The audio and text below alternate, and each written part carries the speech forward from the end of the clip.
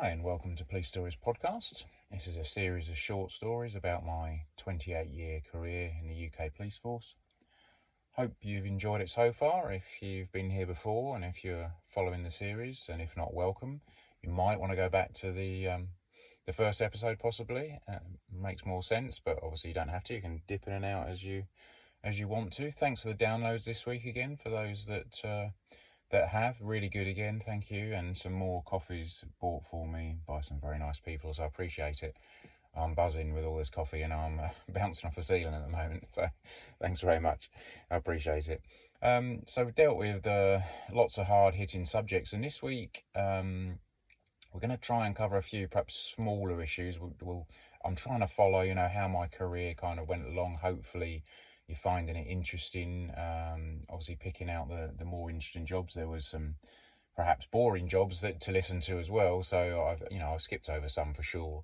But this is episode 66, and we're going to deal with today. So I'd been on the dive team probably for 5 years or so at this point as a diver, and I'd done a reasonable amount of diving, probably a couple of hundred dives, I would think, something like that at this point.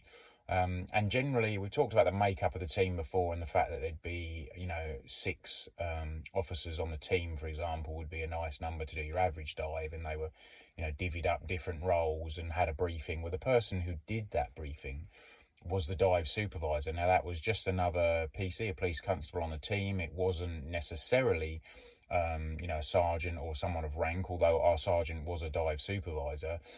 But he was also, just a normal diver like us. So he was very much part of the team, and it just rotated round who was the supervisor and who was the diver. We've talked about, we had a strict sort of numbering on the team, and that's how the diving went. On the supervising, it was a bit more relaxed in terms of who was available, because by the time you took in to account people on sickness, on leave, on courses, there might only be one supervisor available anyway, because of the team of 10, only roughly I think 3 or 4 were supervisors.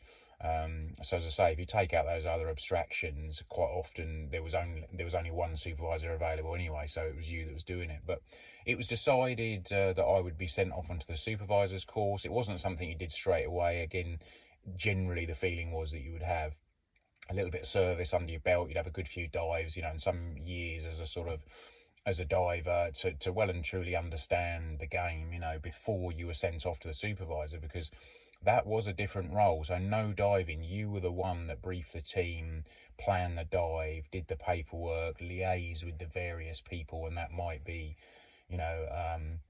safety people in and around a dock, for example. It might be harbour masters, it could be Port of London Authority.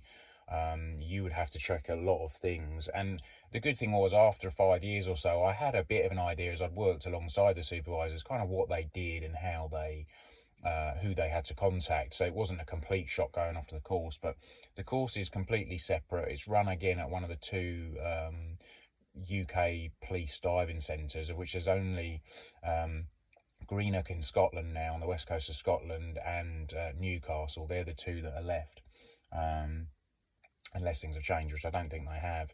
So I'd done my initial course, as if you remember, back in Newcastle.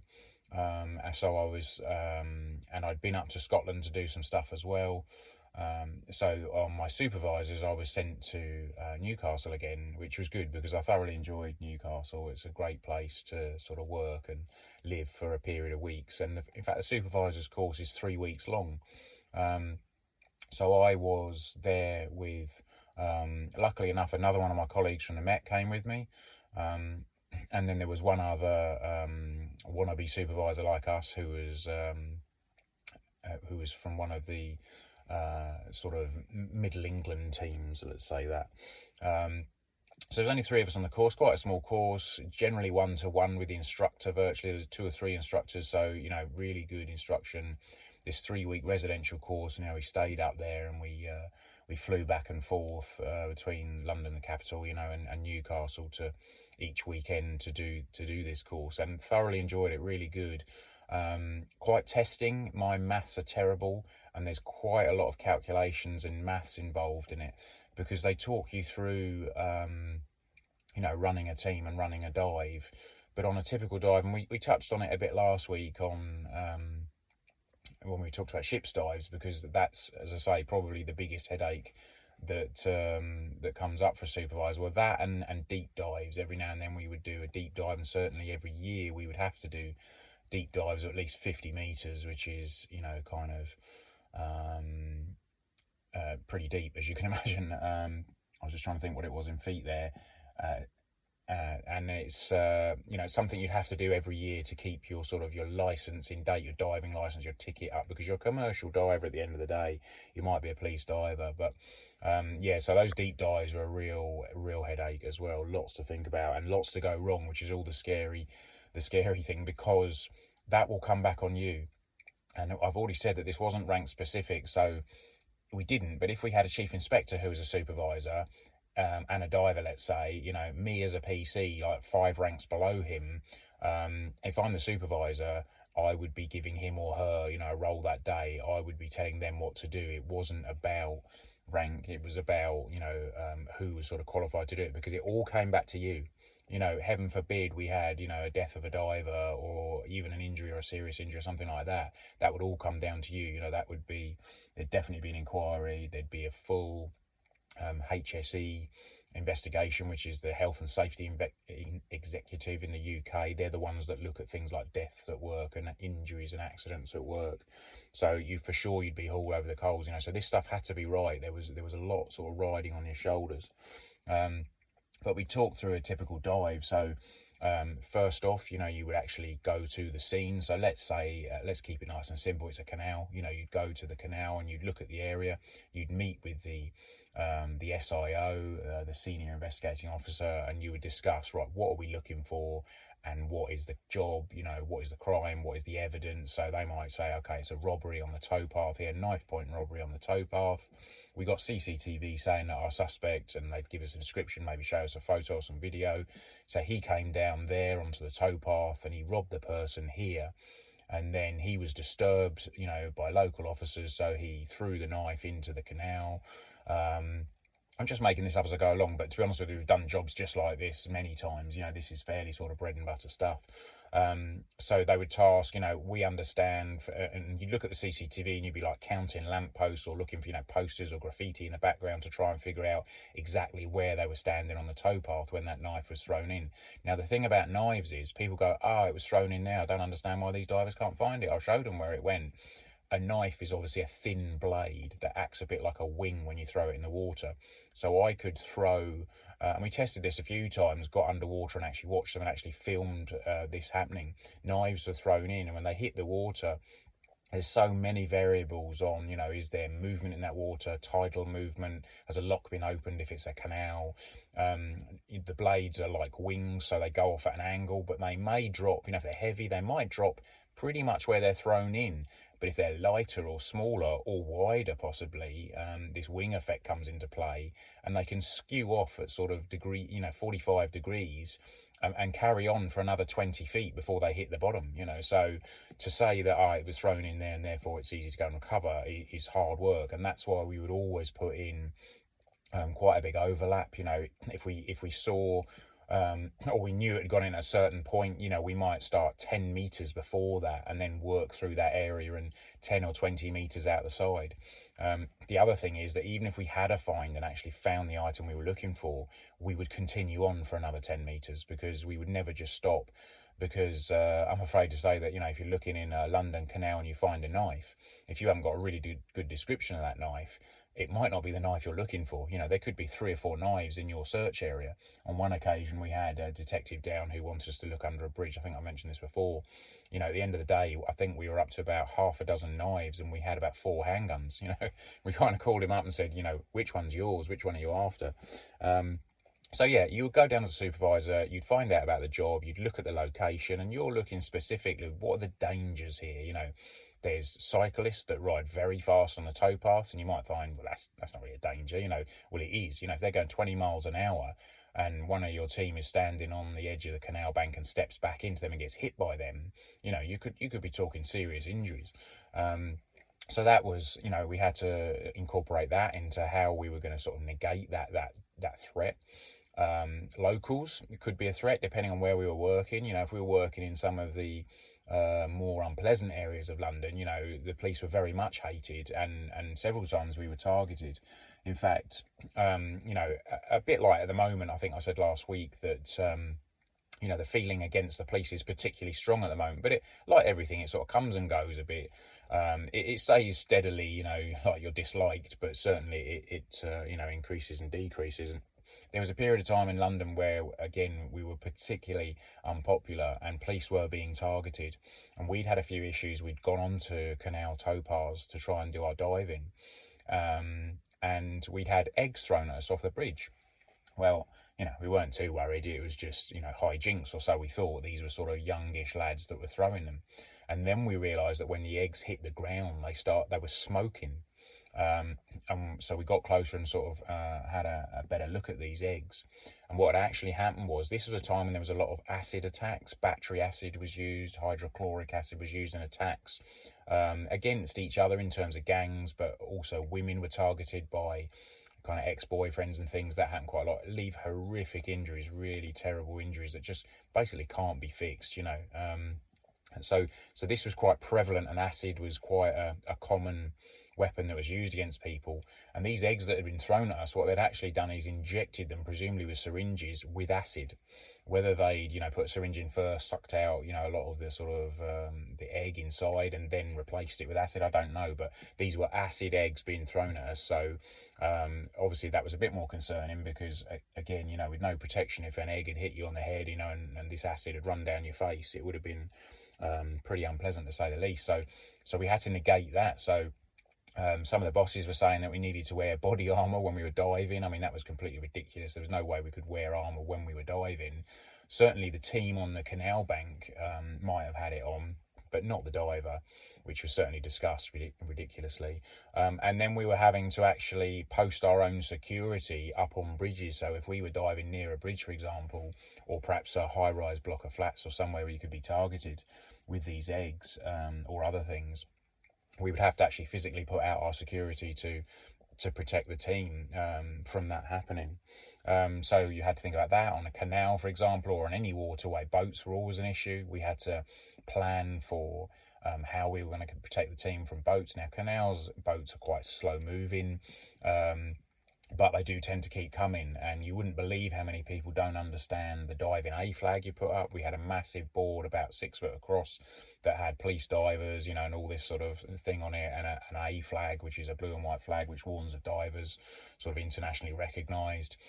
We could have that. We'd have to, again, post people on bridges to see canal boats coming, to then shout down to the supervisor, I've got a boat coming, it's slow, you know, it's going to be, you know, 2 or 3 minutes. So you had time to get the diver back up to the surface and get them over to one side. So that was an issue. If you're working around locks, it was very dangerous. You know, we had to think about how long was a diver going to be in for? Were they going to get hot or cold? Because, you know, if we were working in 30-degree temperature and our standby diver sat there in a full dry suit with, you know, underwear under that, I mean, they would literally melt. So quite often they had to be sat in the water just floating with their kit on sort of up to their neck, or literally just floating on the surface to keep cool enough with a hat on to then perform the role of standby diver should our main diver actually get in difficulty. So you had to think about that. Alternatively, in the winter, you know, we were sat out there and it was snowing in -2 or 3 degrees. We're breaking the ice to get in. That happened on several occasions. Again, your standby diver, you know, had to keep him or her warm. You know, you couldn't just leave them out there, because if they were literally sitting there shivering, if they had to go in and rescue our number one diver, you know, then they just weren't going to be capable of doing their job. So you had to think about the welfare of the divers. The same for the team. You know, if you've had someone standing in the torrential rain in freezing cold conditions for 4 hours on the riverbank or on the, you know, the side of a pond, you need to think about rotating them around, warm drinks. You know, they're the sort of welfare things. And then coming back to the divers themselves, on shallow dives, it wasn't necessarily an issue in terms of thinking about time under the water in the bends. But if we did deeper dives, or if there was tide involved, we'd have to work out when the slack water was going to be. And particularly with deeper dives, you then had to think about how long someone was down for. So you'd have various kind of apps and computer programs that would help you, but you'd also have set UK Royal Navy diver tables, which have been going for like, years and years, 50 years plus, in some format or another, probably longer than that actually, that you would have to look down and figure out, okay, my diver is going to do, a 25-meter dive, and he is going to be down for 20 minutes on the bottom. That's my intention.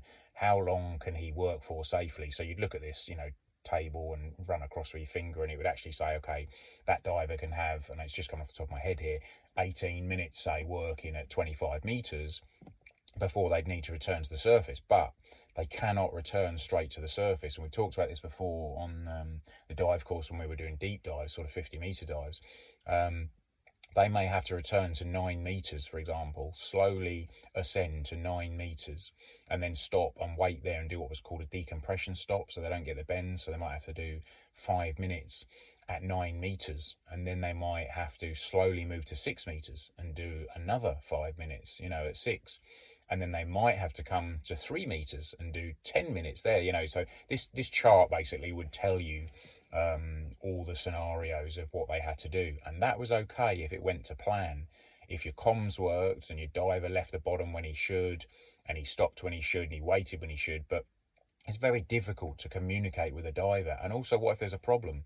What if he's just had a find at the bottom and you're about to tell him to leave the bottom, and now he's found something? What if, even worse, he gets a snag and he says, actually, hang on a sec, I'm caught around something, there's some wreckage down here, I'm snagged on it, I'm just going to need a few minutes to clear it. That's presuming that the comms are clear enough you can actually hear that. So, that would throw it out, because then you'd be panicking on the surface, looking at getting your tables out again at the side, your Navy diver tables, to work out, okay, right, they've gone over the 18 minutes they're allowed now. They've had 22 minutes on the bottom. What do I need to do now? That would change the deco stops. Now he needs to do 15 minutes, at 9 meters, and he needs to do 10 minutes at 6 meters, and he needs to do 25 minutes at 3 meters, or whatever it was. It could change it massively, but it could change on the hoof. So you needed to understand how these worked and be able to work under pressure. And certainly on the supervisor course, they put you through all the nightmare scenarios. I have to say, in most of our diving, it went to, you'd brief the diver, right, you've got 18 minutes at the bottom. At 15 minutes, I will give you a pull on the line, I'll give you a heads up, you've got 3 minutes left. I want you to start thinking about preparing to leave the bottom and communicate that back to me. And this is how it would go. And generally, as I say, on our operational dives, it went to plan, thankfully. It could, because everyone was well briefed and they knew what to do. And even if you hadn't have told them, they'd have known what was expected of them. These weren't, idiots that just sort of went and did their own thing because they knew how important it was. And don't forget, some of these people were supervisors as well. I still dived as a supervisor, so I very much knew that if the supervisor on the surface, is telling me, you'll be coming up at 18 minutes, I would be keeping an eye on my dive watch, and knowing that, okay, I've got 3 minutes, I need to get ready, and making sure lines are clear and things. So generally it went all right. But on the dive course, of course, they made it as difficult as they could, and to test you and to show you how it could and couldn't go wrong. So quite often, they would say, okay, and we do tabletop exercises as well, which are obviously safer. Right, your diver's just gone over now by 5 minutes. What are you going to do? How long does he need now at 3 meters, for a deco stop? So you'd be looking down, and it was to understand and make sure that you understood the process and the charts, and these tables. So really, really good course. And at the end of it, sort of culminated in, we did a ship's dive in a dock in Sunderland, I think it was, on a massive tugboat, and all the preparation that goes into that, not just the diving, but you also need to think about worst case scenario medical options. If my diver has a problem or does come up with a bend, how do I deal with that? I need to know where the nearest dive chamber is, because if they come up with a bend, the best first aid you can have is an ambulance or a fast car or a helicopter or whatever you can get, basically the fastest way of getting that person into the dive chamber so they can get taken back down to depth, and their system is flooded with 100% oxygen, to try and drive those nitrogen bubbles out of their system that has, given them a bend in the first place, and to try and minimize the amount of damage that they're going to have, and potentially save their life, because worst case scenario, a diver with bad bends is going to die, simple as that.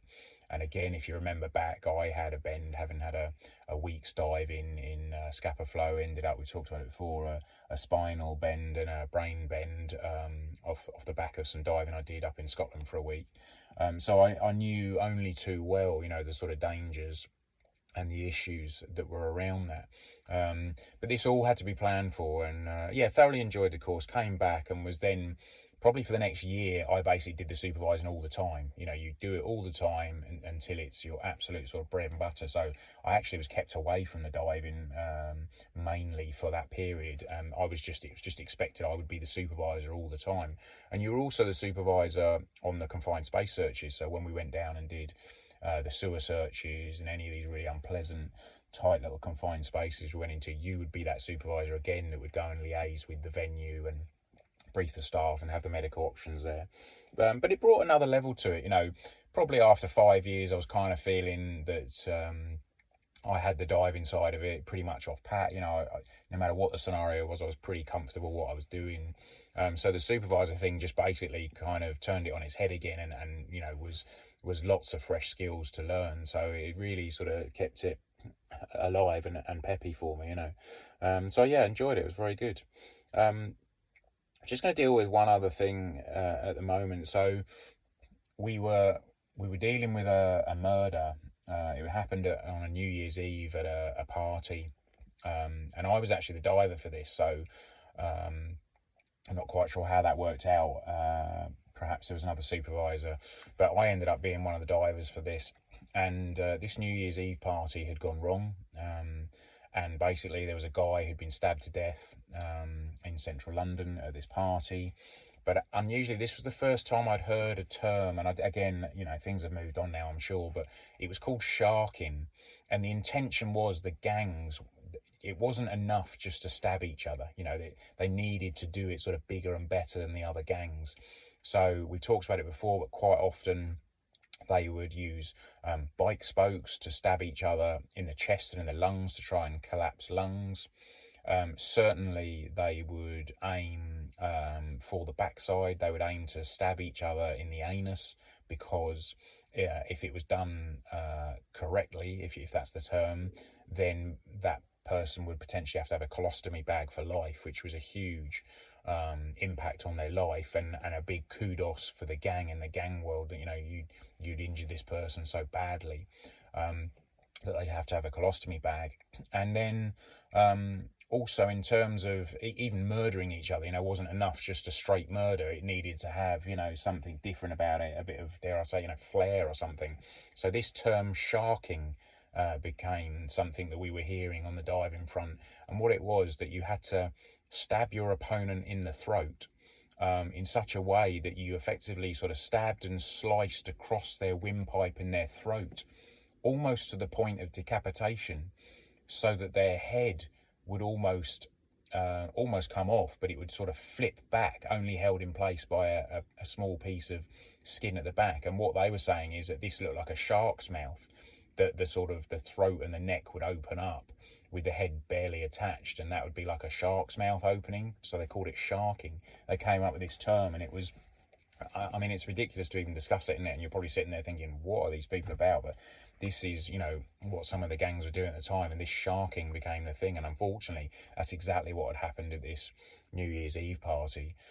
So this poor guy had a very large hunting knife. Now, we were just starting to see as well these zombie knives coming in. They're big in the news today, I see as well, because there's some more bands coming in. But these are basically horrible sort of weapons. They grew from like combat knives into great big long things where the blades can be 2 or 3 foot long, and they're curved like scythes, and they have jagged edges. And then they started to make them glamorous, where they were spraying them, the companies even were spraying them, blood red and bright purple, and trying to attract people to buy their product, and they had, some of them had, pictures of blood on the side of them, and it was very much, kind of glamorizing this life. But everyone was trying to get hold of these zombie knives. Well, somebody had used this large serrated combat knife on this poor guy and had sharked him effectively, so had nigh on decapitated him.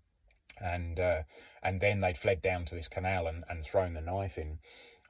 So we were tasked to go down and search for this knife. Now, obviously, it is easier because it's bigger. It's not like it's a SIM card you're looking for.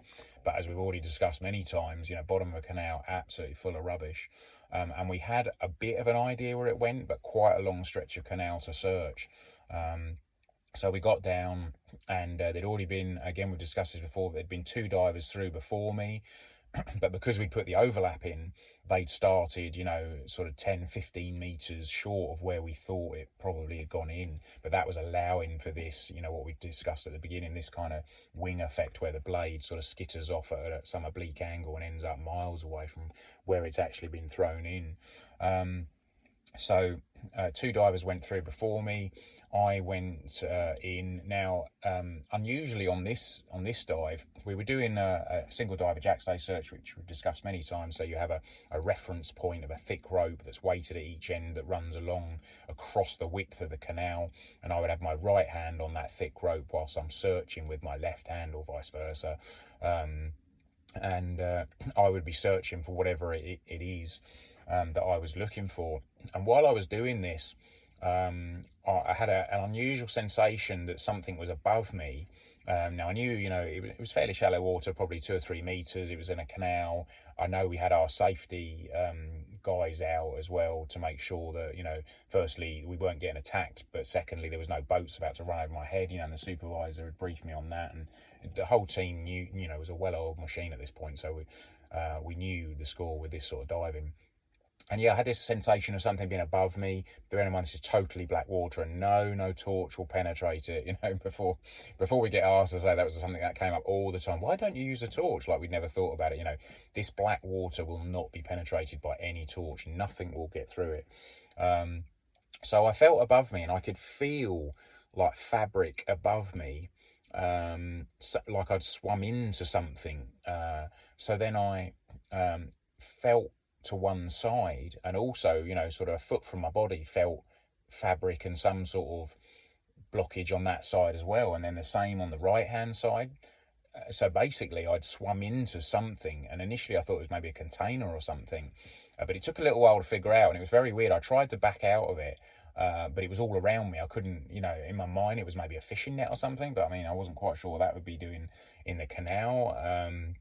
And this thing was kind of, a square sort of 6-foot shape all around me, and I was completely inside it.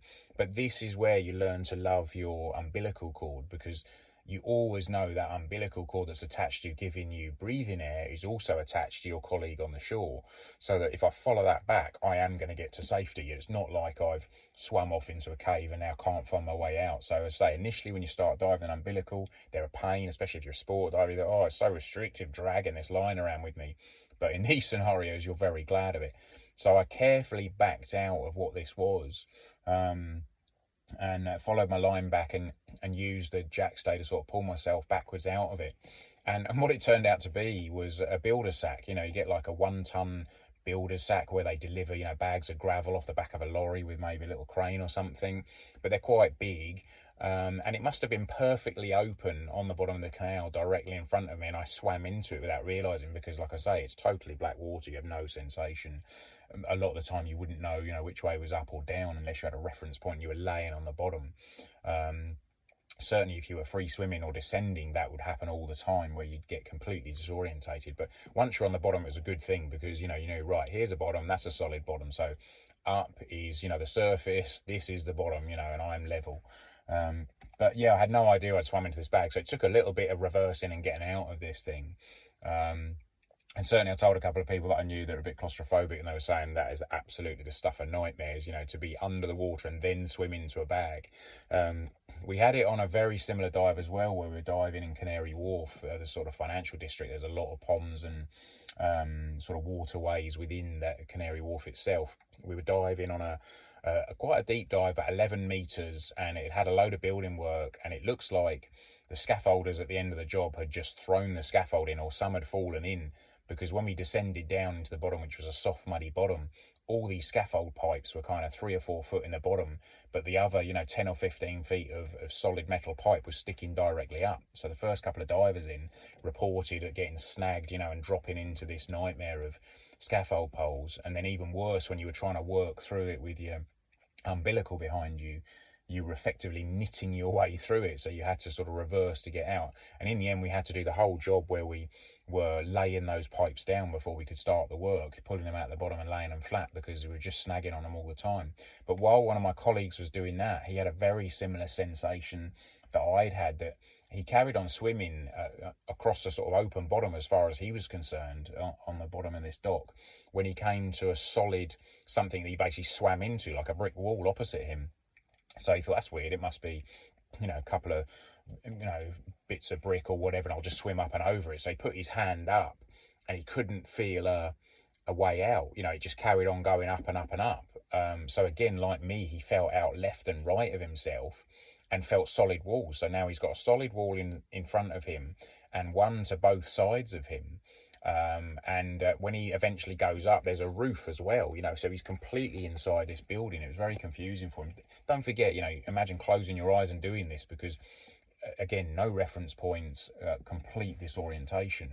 And again, thankfully, the umbilical allowed him to back out. But what had actually happened was there was a small workman's hut, like a shed, and they'd obviously decided they couldn't be bothered to take it down or dispose of it at the end of their job, and they just pushed it in the water, thought, it's deep, we'll never see it again, that's the end of our problem. And it had landed perfectly on the bottom with the doorway open, and my colleague had swum straight into the shed and then got himself kind of temporarily trapped in there. But again, really, really unpleasant thing to do. Yeah, claustrophobia was, if you were that way at all, you wouldn't like that for sure.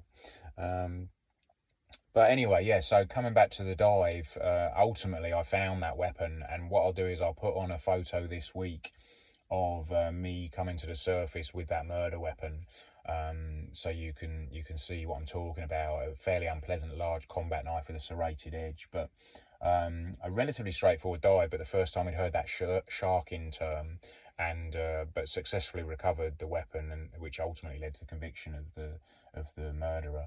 So it was a good job in the end. Okay, that's probably enough from me this week then. Thanks very much for listening. If you've hung on this long, if you haven't already turned me off and deleted it. Hopefully see you again next week. Have a good week. Take it easy. Cheers. Bye.